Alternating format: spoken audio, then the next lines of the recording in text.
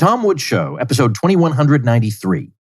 Prepare to set fire to the index card of allowable opinion. Your daily dose of liberty education starts here. The Tom Woods Show.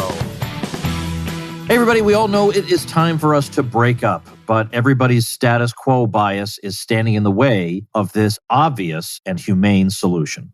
Check out my brand new ebook called National Divorce, the Peaceful Solution to Irreconcilable Differences, which you can get for free at nationaldivorce.com.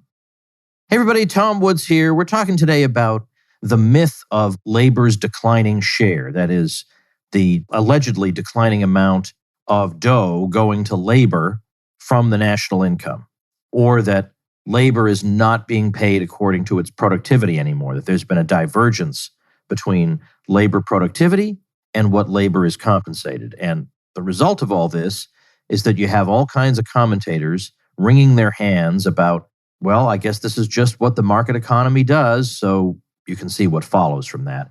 This has even fooled some libertarians because it is actually a myth. And our old friend Gene Epstein is going to explain to us why this is actually a myth. People are just reading the data wrong. This is not actually happening. It's in people's imaginations. It's not real.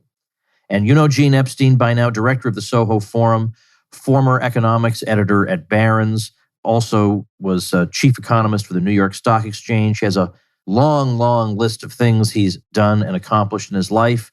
But I am glad to say that right now, his chief thing he's going to be doing is talking to us right here on the Tom Woods Show. Welcome back, Gene. It hasn't been too long. No, it has not been that long, Tom, and it's always a privilege and a pleasure to be on your show. And as we agreed, this time I'm not going to indulge in an excess of intros and off-the-cuff comments that hopefully the listeners don't mind my persisting in doing. But I just want to mention one interesting number, because we're going to be discussing numbers. Fascinatingly enough and coincidentally, on Monday, September 19th, 2016, we had the first SoHo Forum in Soho.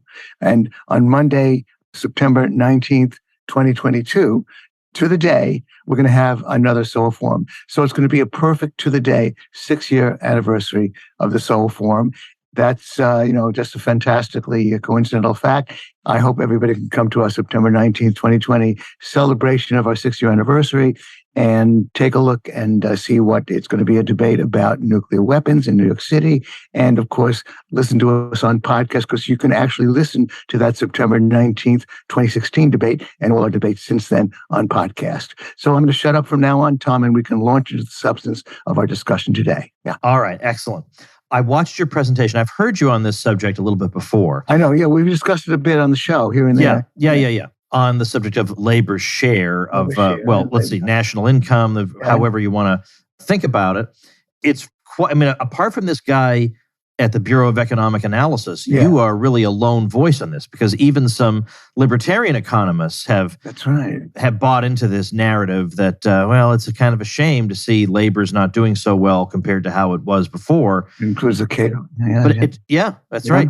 But it turns out that, can it really be, Gene, that everybody's missing something? They're all looking at this wrong? Yeah, Tom, it's upsetting that the emperor has no clothes and that I'm the little kid putting this out. Actually, on top of that, as I say, look, I have a guy. This assistant chief economist at the Bureau of Economic Analysis has written a paper on the subject, and he's declared in this paper, peer-reviewed paper, labor's share is within its historical range. And so you would think that he knows what he's talking about. I myself, I was just a sloppy-ass journalist for many years, and I've got this Austrian stigma on me that I love Murray Rothbard, so who's going to believe me?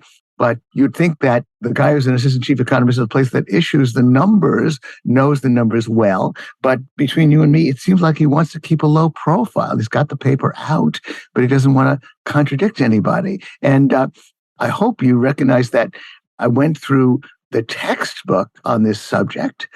I quoted the definition of national income. I just basically harped on these simple facts of the matter by quoting from the handbook of the Bureau of Economic Analysis, that, to my amazement, prestigious economists from mainstream universities are constantly claiming this point that labor share is in the toilet, as we'd like to say, They latch upon all kinds of crazy reasons for it, and none of them make any sense because the punchline is that labor share, hopefully we're going to define what we mean by it, is actually a little higher than it was in the 1950s and 60s. In other words, it's a little higher than it was in the glory days for progressives when unions were strong and when all these awful corporations weren't really around, that competition from abroad was minuscule, productivity was rising quickly, so all good things were happening, and yet labor share has actually recently been doing a little bit better than in those glory days. So all I can do is plead that I did spend 26 years covering the numbers, so I probably learned a little bit more about the numbers than they did. I spoke a lot to the people at these agencies to find out how the numbers work. So I can only plead with you, Tom, to say that I'm right and they're wrong. Okay. Yeah. By the way, I feel like if there could be a tagline of the Tom Woods Show, other than the thing about 3x5 cards, it would be "I'm right and they're wrong." So you're in good company, Gene. That is kind of the way I look at things. Well, thanks. Tom, exactly. You two are an outlier, so you're willing to listen to a guy like me. Thanks very much. Yes. So let's start with. Obviously, people can't see anything. I'm just going to have you imagine in your mind a graph that's plotting, I guess, people's monetary compensation against productivity. Yeah. And these two things for a long time tracked each other. Yeah. But in this graph that is inflation adjusted, suddenly the productivity goes up while the compensation lags behind. Yes. And this is taken as a commonplace by everybody that, well, there's been this divergence. And of course, you can imagine Marxists having a field day with this. Yeah. But you looked a little bit more closely at this, and what did you find? Yes. This is going to be a good session because I have got the great explicator, the great communicator, Tom Woods, having listened to my lecture.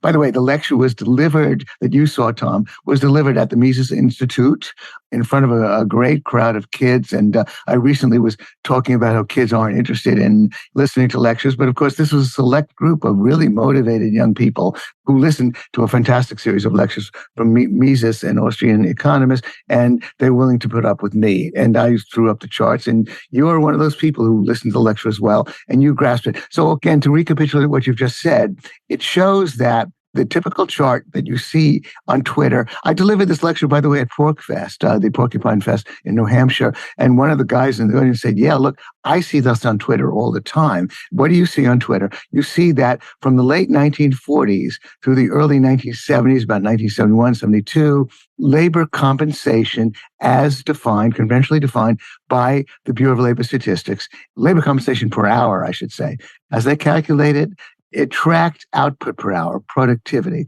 Both series are inflation adjusted. And the fact that they're both inflation adjusted makes them seem sacrosanct.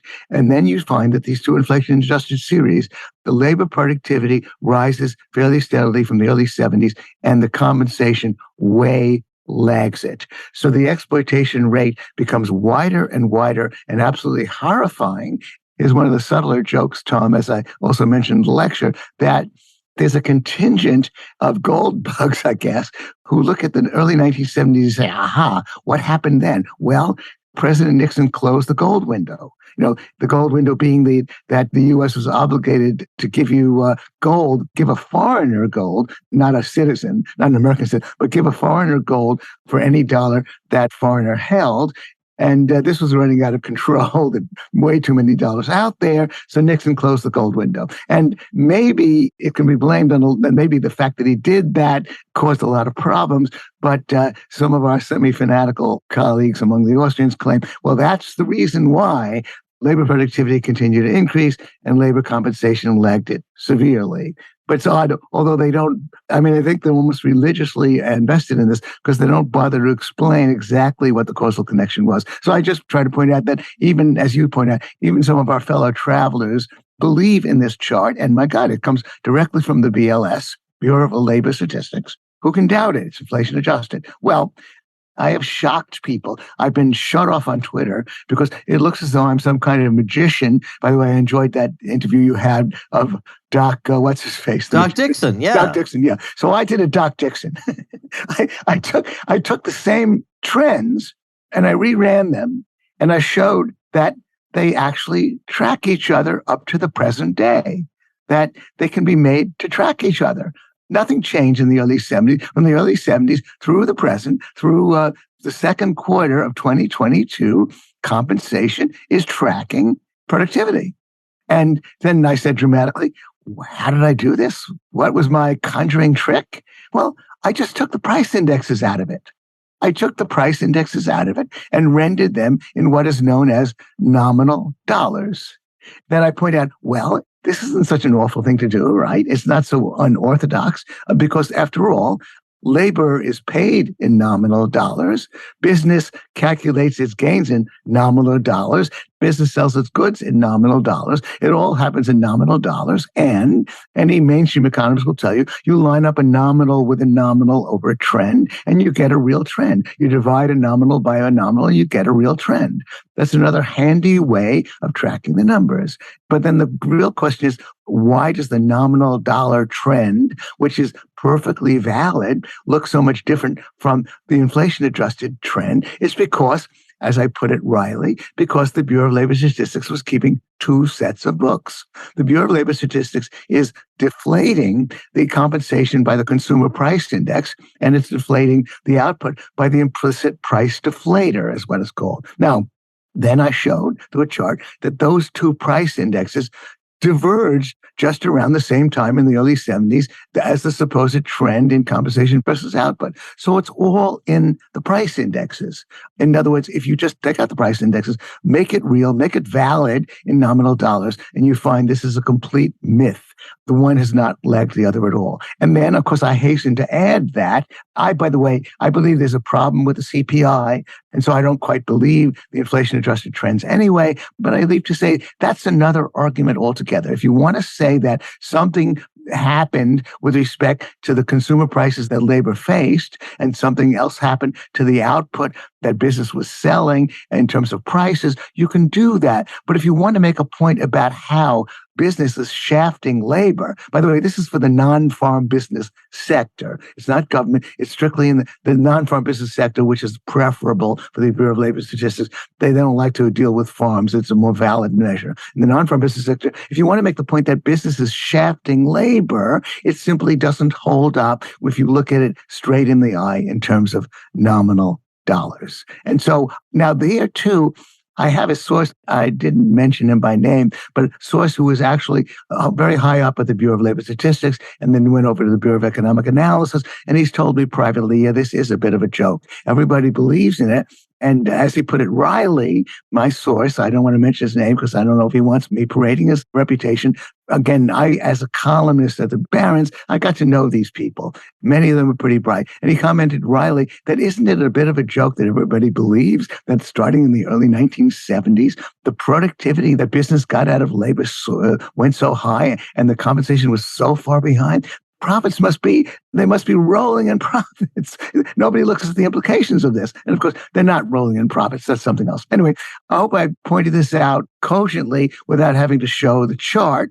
But I guess Tom, you're going to link to my talk, and there you can see the chart if you want to listen to my lecture at the Mises Institute. So right. I want to make sure I understand why it's okay to use nominal dollars. Okay. Now, just make sure that it's methodologically legitimate for anybody who might be skeptical. Yes. So for instance, if I'm comparing how well does labor, quote unquote, do in, let's say, the 1960s compared to the 1970s, just looking at labor alone, then I might want to look at inflation adjusted because, maybe in the 70s, maybe their wages went up 30% nominally, but if I adjust for inflation, I find out they're actually doing worse or something.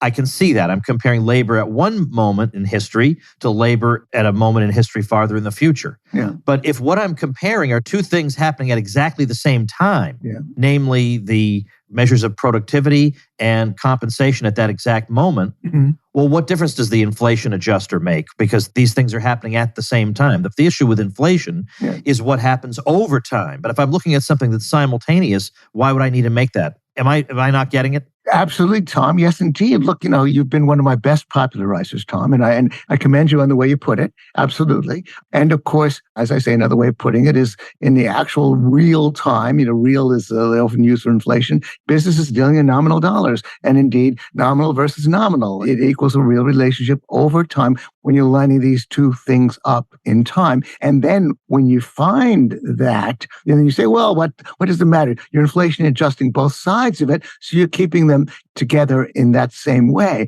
But then when you find out that you're using two very different price measures for the two of them, and you find that it's all because of the price measures, then you have a problem. But getting back to the way you put it, Tom, absolutely. In other words, we want to concede that if you want to do something with how labor has been faring and you're dealing with aggregate numbers, you do need some kind of price index. And here, let me digress and put out my shocker to my Austrian friends. I believe that the CPI has been overstating price inflation, but that's another matter.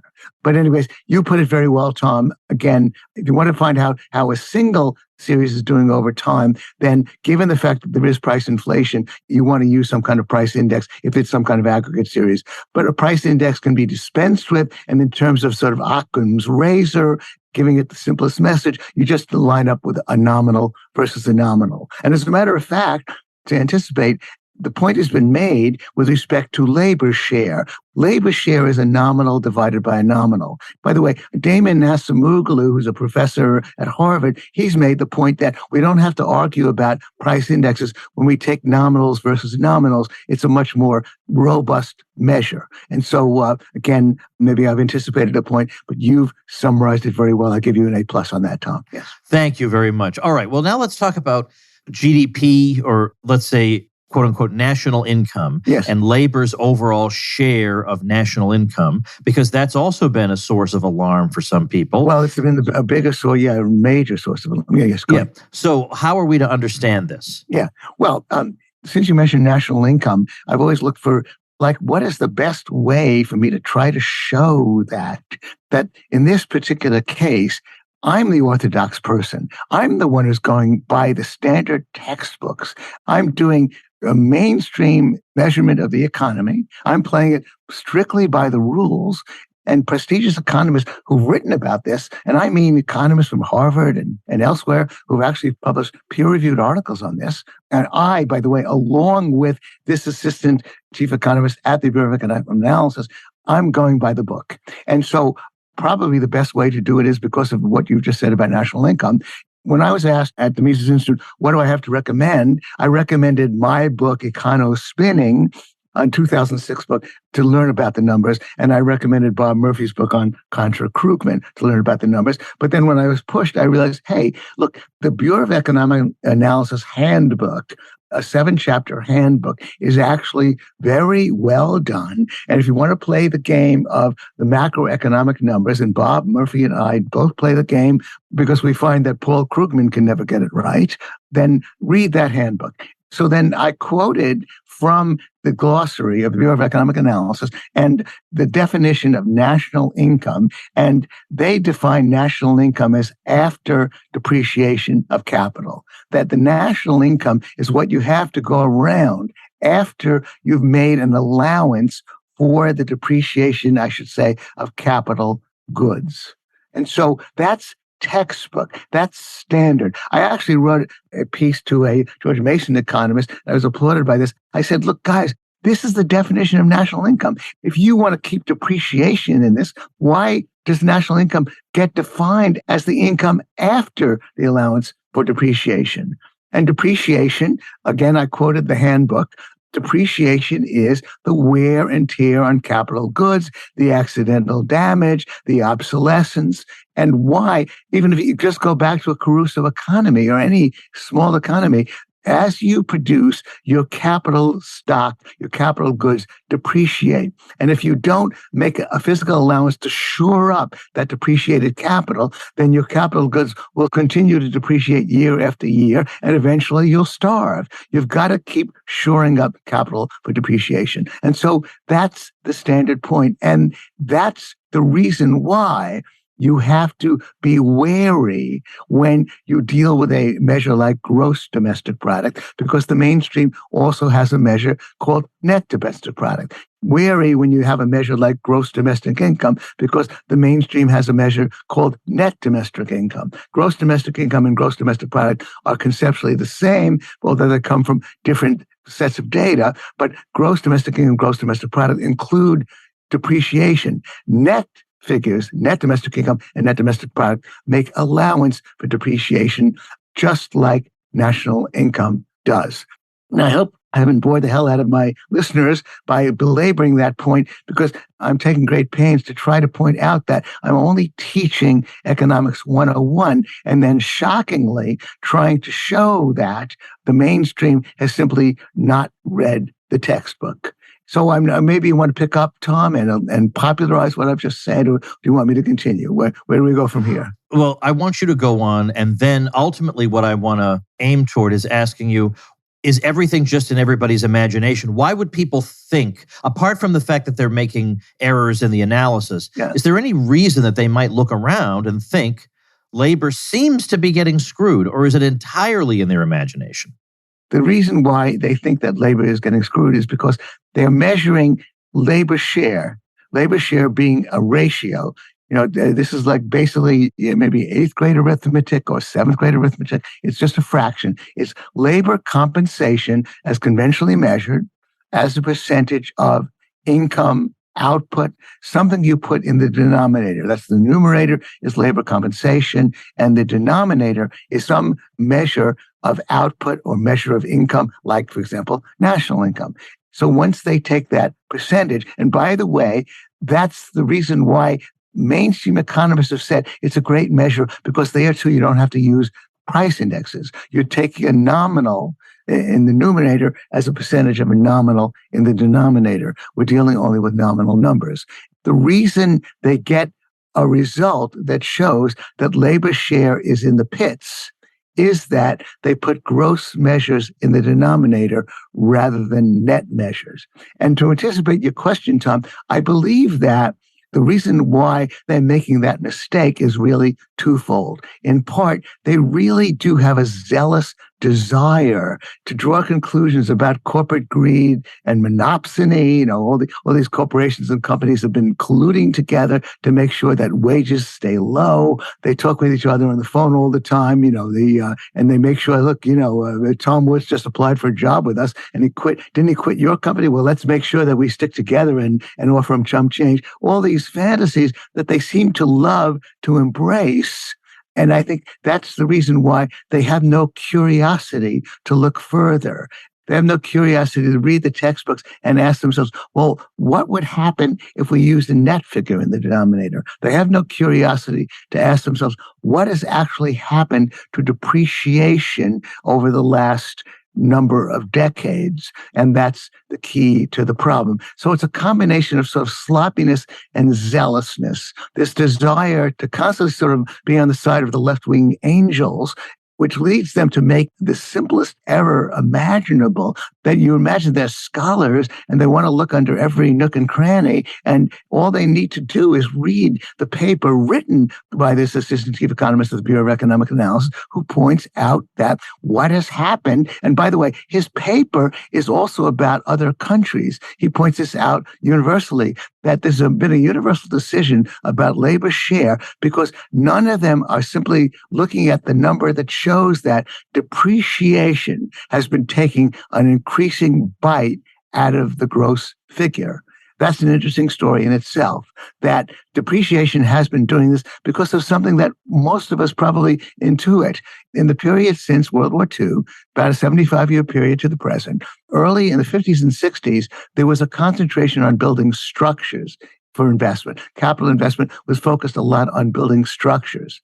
And since the 70s, there's been an increasing concentration on equipment and software. And equipment and software depreciate much more quickly than structures do.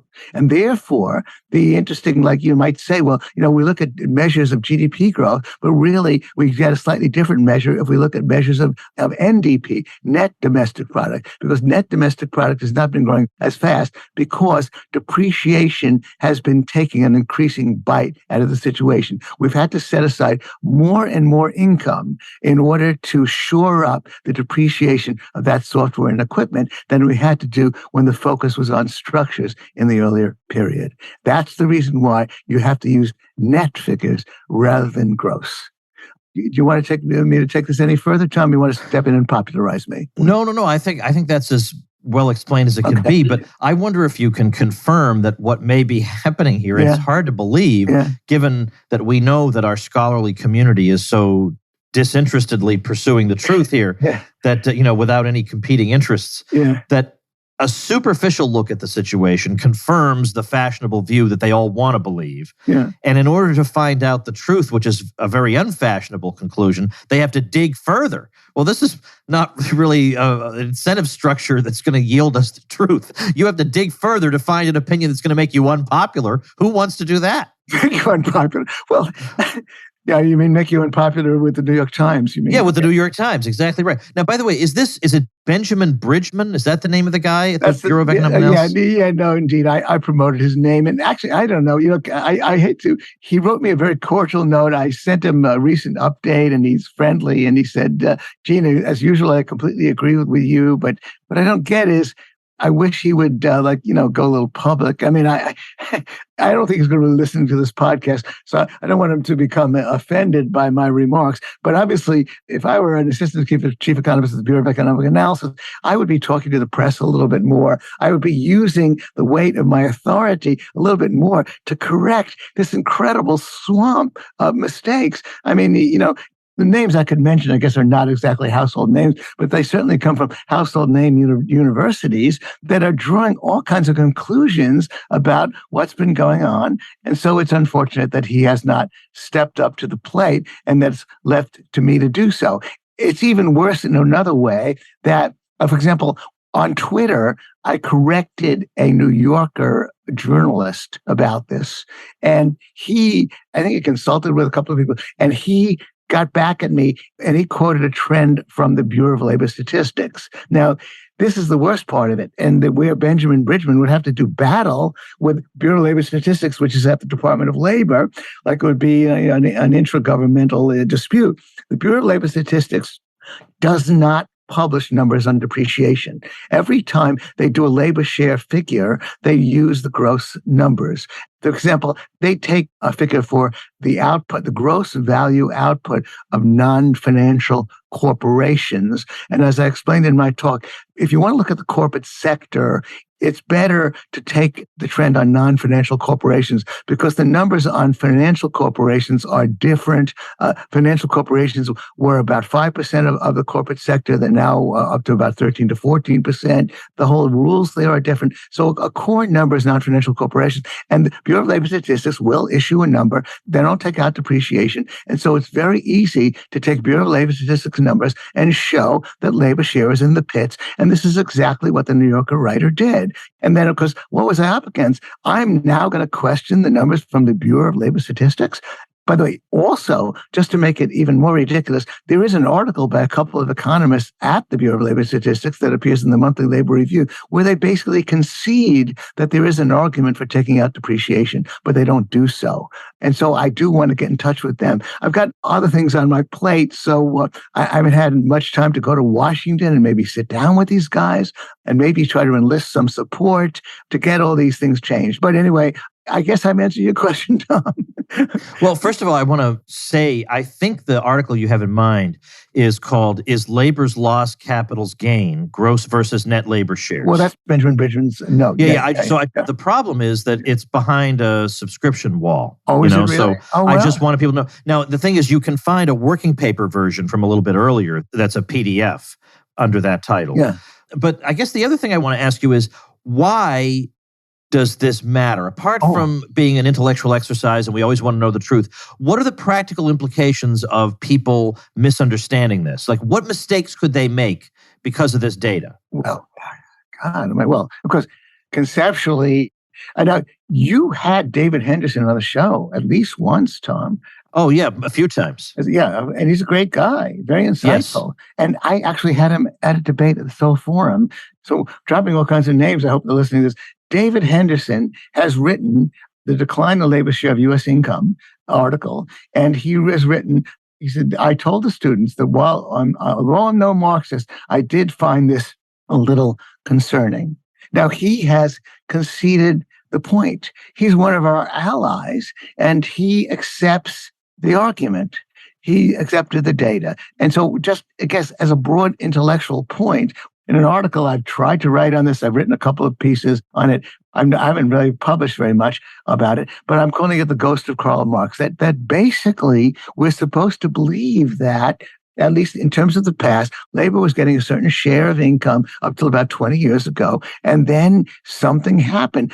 Karl Marx is haunting us. The corporations managed to shaft labor. So the left-wing narrative has become dominant. Brianna Joy Gray, who got a very popular podcast, she had Glenn Loury on the show, and she's, of course, pushing a very extreme form of socialism. And she declared to Glenn Loury, a very good economist at Brown University, labor has been getting less and less and less and less. So the argument for socialist reforms and for the progressive stepping in is just overwhelming.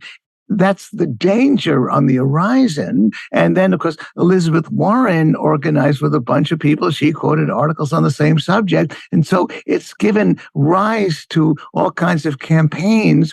Matter of fact, again, the Cato Institute had a paper on this where they conceded the point, and they said, well, we've got to push for more labor representation on corporate boards. We've got to get the iron fist of government involved because, after all, look at what has happened to American capitalism. Now, with that said, I can't claim that what's recently happened from the Biden administration has been motivated by this broad-scale myth, but I can only say, watch out, because it's been so accepted into the canon that it could easily give rise to, again, I'm not against workers getting on corporate boards.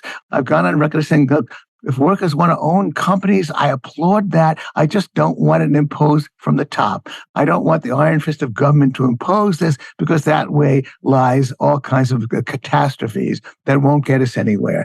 But I have to say that we've got to get our facts straight so that we can make sure that at least a reasonable number of the mainstream economists recognize that this whole thing is a fraud.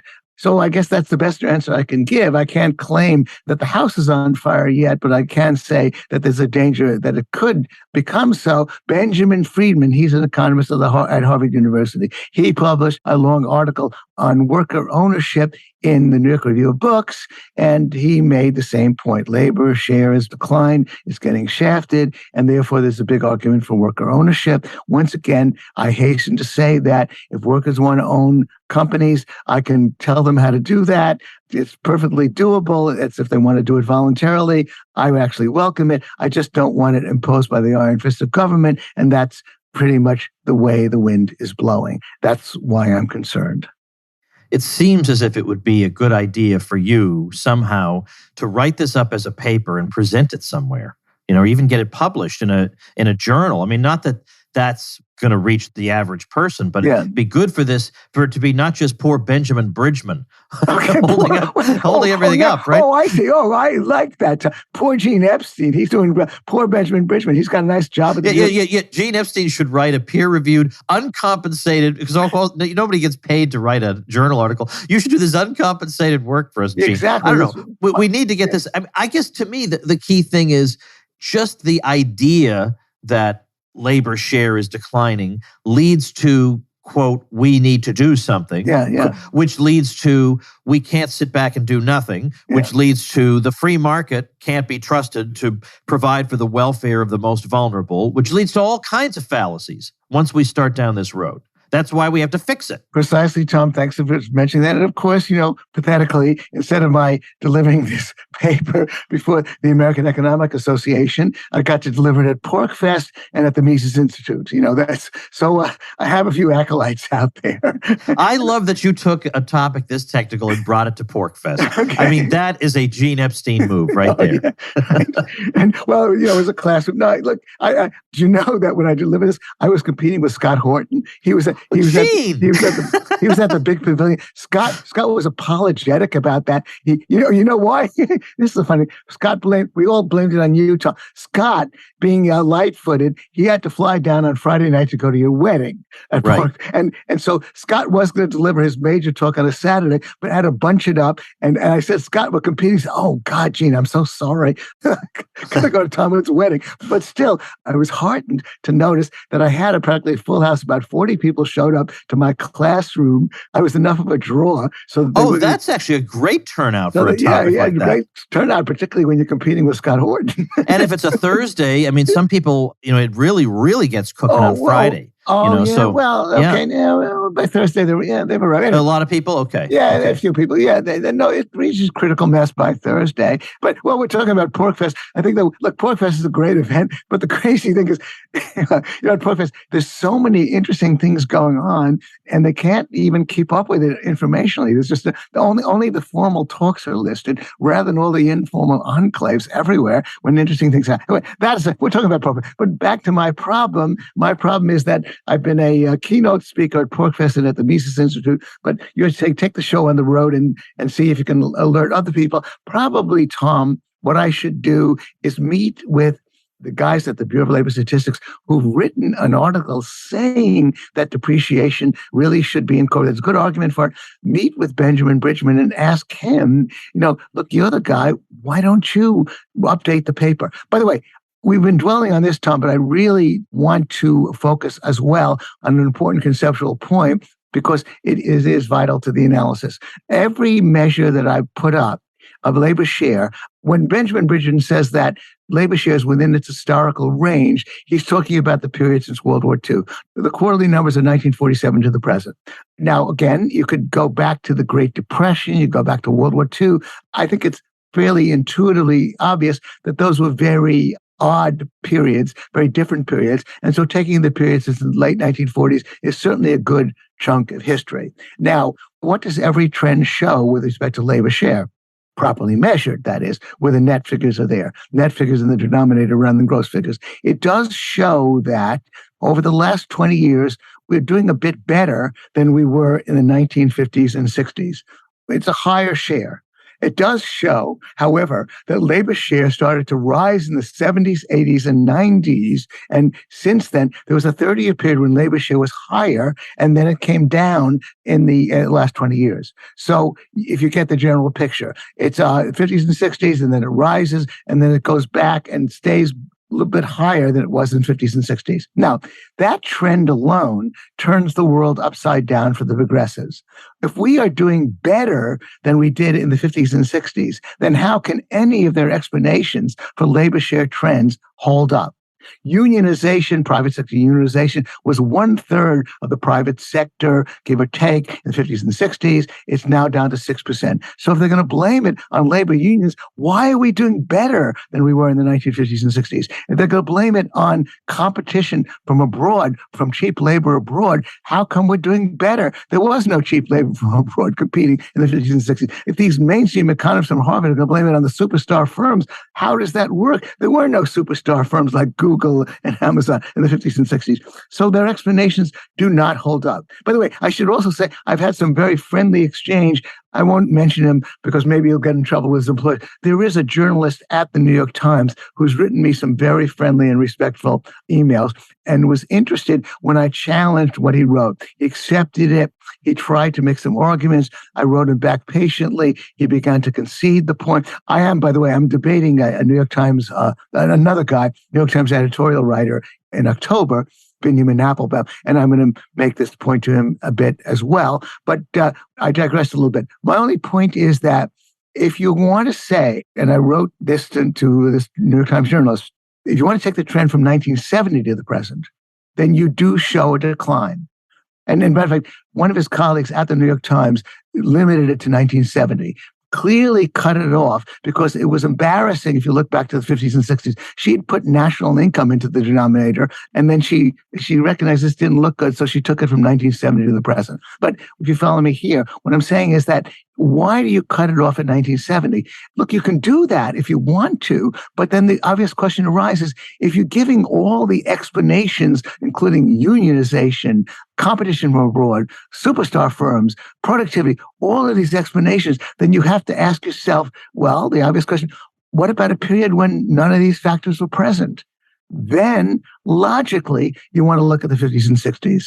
And so I think he accepted my point, because that's where he was flailing a little bit. He said, hey, look, the 50-year trend is down. I said, isn't that a little bit dishonest to ignore the 50s and 60s when the progressives were saying those were the glory days? So hopefully I've dealt with that nuanced point. But by the way, I did not point out at the Mises Institute a couple of very egregious trends that libertarians have been pointing to could be the reason why we've declined from the 80s and 90s, because of the two factors that have begun to bite, making it more difficult for laborers at the lower end to get decent jobs that have limited their mobility. That's the rise of restrictive licensure.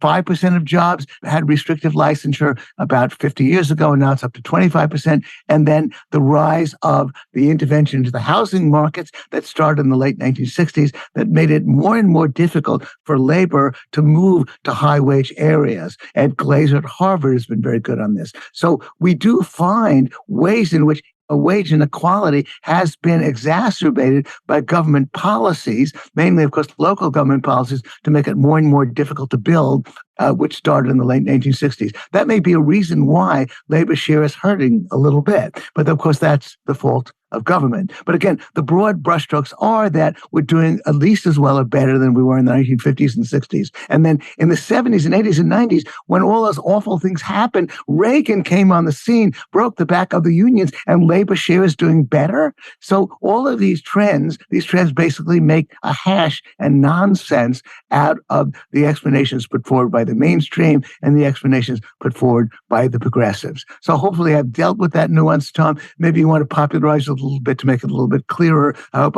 I haven't lost people in the explanation that I've just put forward. No.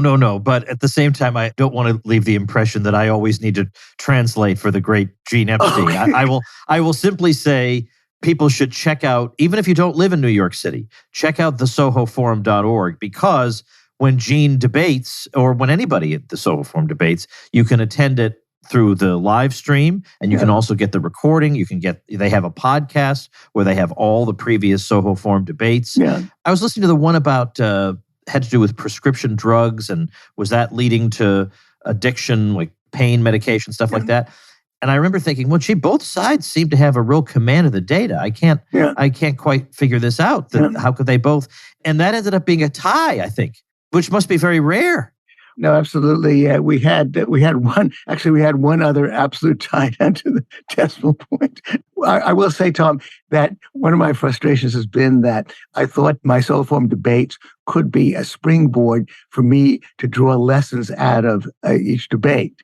But then it became necessary, logically, for me to potentially find fault with one or the other debater. And I was counseled wisely, I guess, that if I make a habit out of getting people into these stressful situations and debating, and then they find that they're getting criticized afterwards in public, that this is going to be a problem. So I have to keep mute most of the time. If I have a criticism of a debater, I generally meet with them privately afterwards to tell them where I thought they went right or went wrong. I have to keep this to myself mostly. So I was a little critical about how it went, but indeed that was that one was a dead heat. And I'm trying to remember, we had one other where there was a dead heat. Amazingly, usually, of course, we find that there is a winner, and usually I find that I tend to agree with the vote of the SoHo Forum about who won. By the way, I've tried to clarify. I had a good question from the audience, and we've been talking about the SoHo Forum. Good question was, well, are you supposed to sort of grade the debaters or grade how you felt? In other words, grade the debaters on how they did when you vote, or are you supposed to grade how you felt about the issue after the debate, versus before the debate. And I said, of course, I prefer the latter. How did either debater change your mind in any way, move you in one direction or another? And by the way, I have told Bob Murphy that when the one debate where that I thought George Selgin, when he debated Bob Murphy on fractional reserve banking, was making some interesting points that I hadn't heard before. An interesting clash on fractional reserve banking versus 100%, which I know, of course, is a very sort of parochial argument between libertarians. But I thought Selgin was making some interesting points, and there at least I went public with it. Although Bob put up a good fight about that one. But anyway, you mentioned my debates.